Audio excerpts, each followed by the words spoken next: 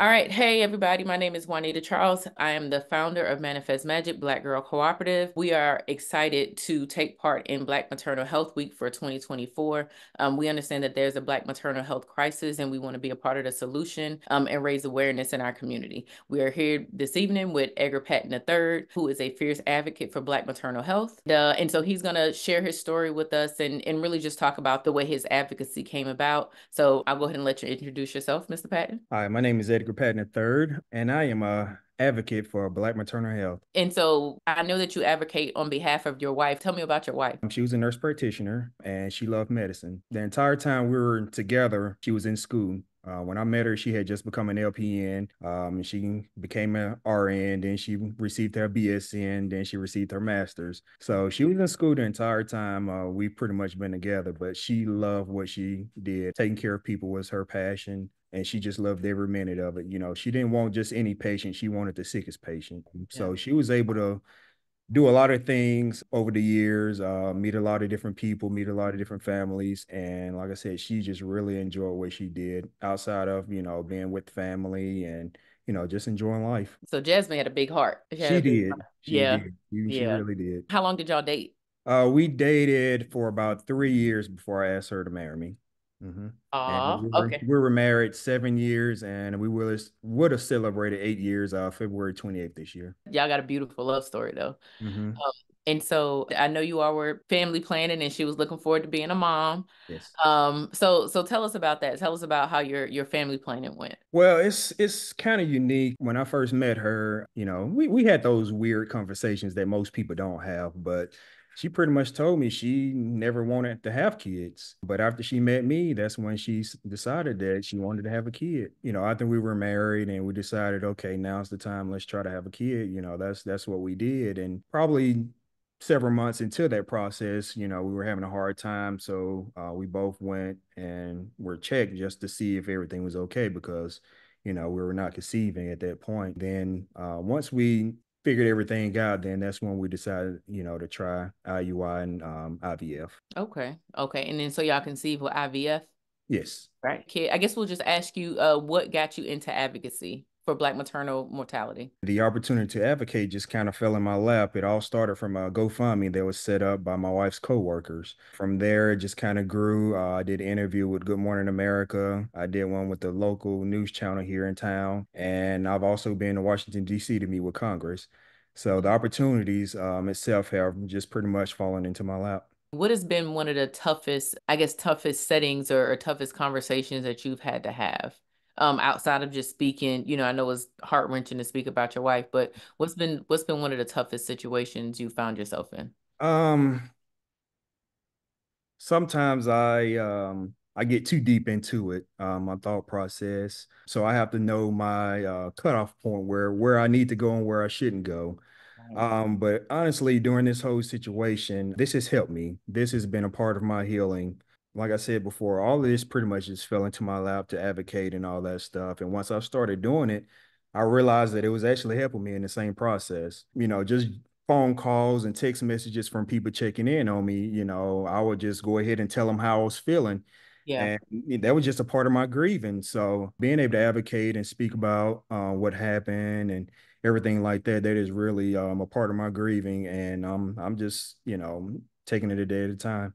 Well, we are very glad that you took up the mantle as an advocate. And so you talked about the situation with your wife. Can you take us back to the beginning and just kind of let us know what was happening through her pregnancy and what led to her passing? So in the beginning, she was sick from day one, vomiting, nausea, all that stuff. And it was severe. It was a process that went on throughout the day, every day. Yeah. About 3 months in, they were able to get it under control with medication, and it got better, but it was still there throughout the rest of her pregnancy. She had typical pregnancy symptoms, but to me and family and those around her, we kind of figured those symptoms are a little bit more than what the average person experienced. During that process, she had her doctor's appointments.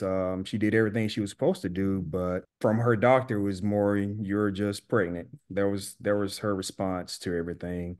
This went on through the entire pregnancy. Week before she passed, she started getting worse. She was very tired.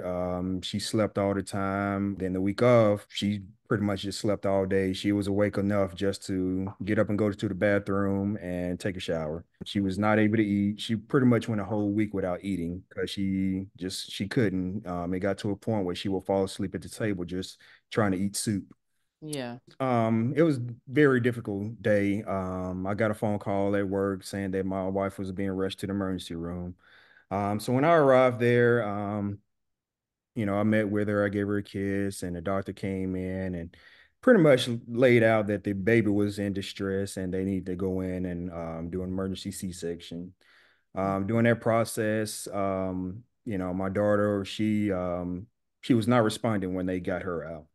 She Mm, was placed on a ventilator, but she was only on that ventilator for 24 hours and she started improving just right out the birth, pretty much.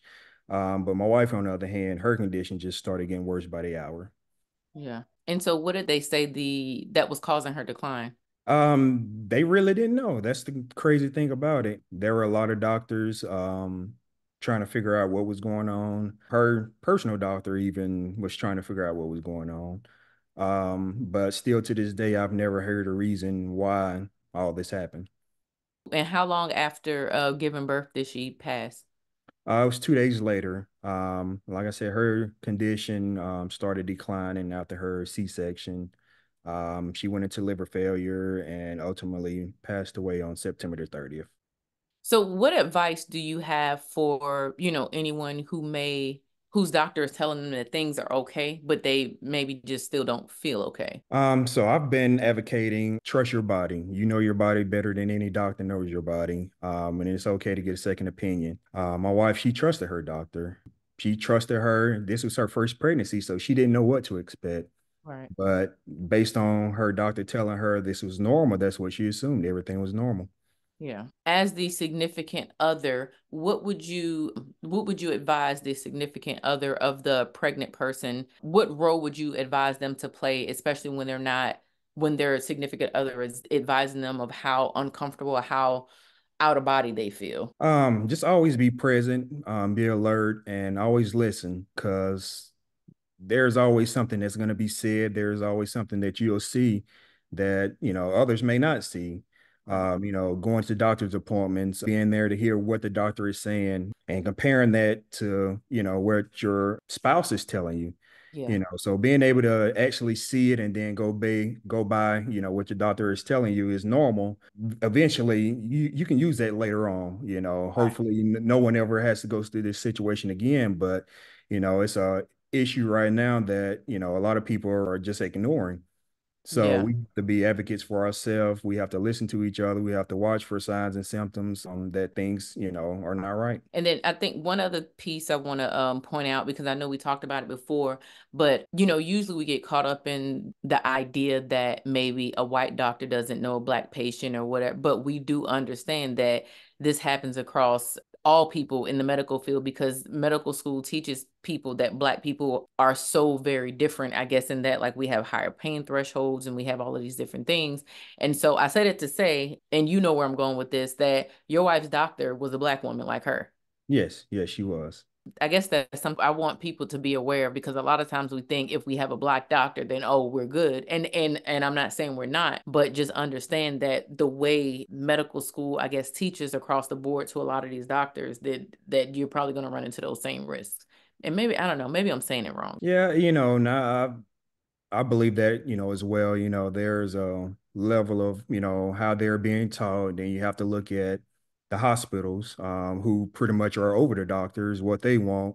But then you also have to look at insurance companies, because insurance is not going to pay for certain things. So doctors are not going to test for certain things. They're not going to check for certain things because they won't get paid for it. So Right. there's a long list of different reasons, why things happen the way they happen.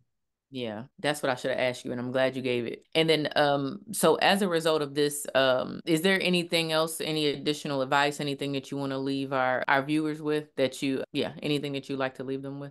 Just one thing, like I said, just always pay attention to everything, because the smallest thing could be the biggest thing later on. My mother-in-law, she's been telling me recently, and I've kind of adopted her saying, if we can just save one. Yeah. Oh, so right now my mission is to advocate for my wife Jasmine, but also I need to save at least one life. Yeah. So that's why I'm speaking out. Well, I really appreciate you talking with us today, and really just being transparent about what your experience had been like. Thank you for all that you do as far as advocacy, answering questions, and really just being available for medical personnel to make them better at their jobs. Do you have one last thought that you'd like to leave us with? Just again, I just want people to get a second opinion. Like I said, you know your body better than any test, any doctor. If you feel your doctor is not listening to you, it is okay to find someone else. My goal right now is to save one life. This is happening way too often, and at some point, we need to have our lawmakers sit down and say, okay, we have a problem. We need to do something about it. Oh, absolutely. Absolutely. Well, I appreciate your time. I appreciate your energy and everything that you're doing. And we're supporting you all the way. Thank you so much.